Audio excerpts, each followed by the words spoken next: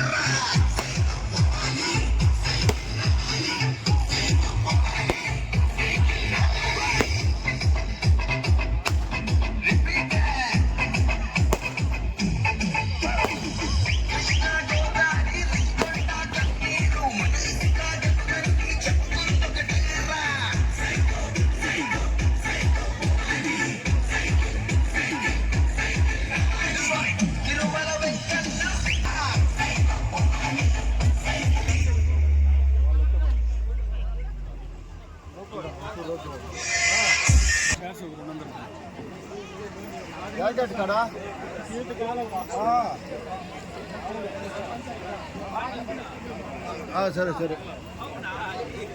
దినేష్ పాకాల మండల JSP vice president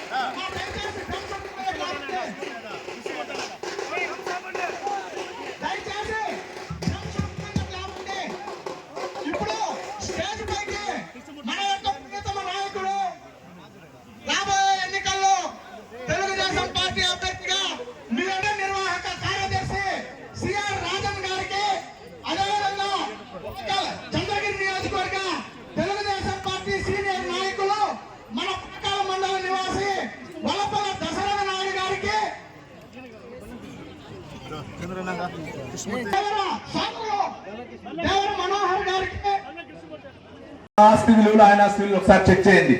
అంతా online లో ఉంటుంది. ఎవరైనా ఇక్కడ సాఫ్ట్వేర్ వాళ్ళు ఉంటారు, అందరూ చెక్ చేయండి. ఆ రోజున్న ఆస్తి విలువకి ఈ రోజు ఆస్తి విలువ చెక్ చేయండి. ఆ రోజుకి ఈ రోజుకి ఆయనకి 50 రెట్లు పెరిగింది. అంటే ఈ 4 సంవత్సరాల 10 నెలల్లో సుమారు 5,000 కోట్లు సంపాదించాడు. పదవులు ఆయనకు 4 పదవులు. 1 ఎమ్మెల్యే, 2 తుడా చైర్మన్, 3 విప్, 4వది వచ్చి టీడీపీ బోర్డు మెంబర్. ఈ 4 పదవులు పెట్టుకుని మన చంద్రగిరి నియోజకవర్గానికి 6 మండలాలకి ఎందుకు డెవలప్ చేయలేడు? ఒకసారి ఆలోచించండి. మన పాకాల మండలం, పాకాల నుంచి బార్డర్ వరకు ఇంతవరకు డబుల్ రోడ్ల సెంటర్ లో కొంచెం మొన్న రీసెంట్ చేశారు. ఆ రోడ్డు కూడా 2019లో నేను వచ్చినప్పుడు 2,75,00,000తో శాంక్షన్ చేసిన రోడ్డు అది. దాన్ని ఇంతవరకు మొన్న చేశాడు. ఈ మిగిలిన గ్యాప్ ఇంతవరకు అయినా చేశాడా? మన పాకాల మండలానికి సంబంధించి గానుగు పంటలో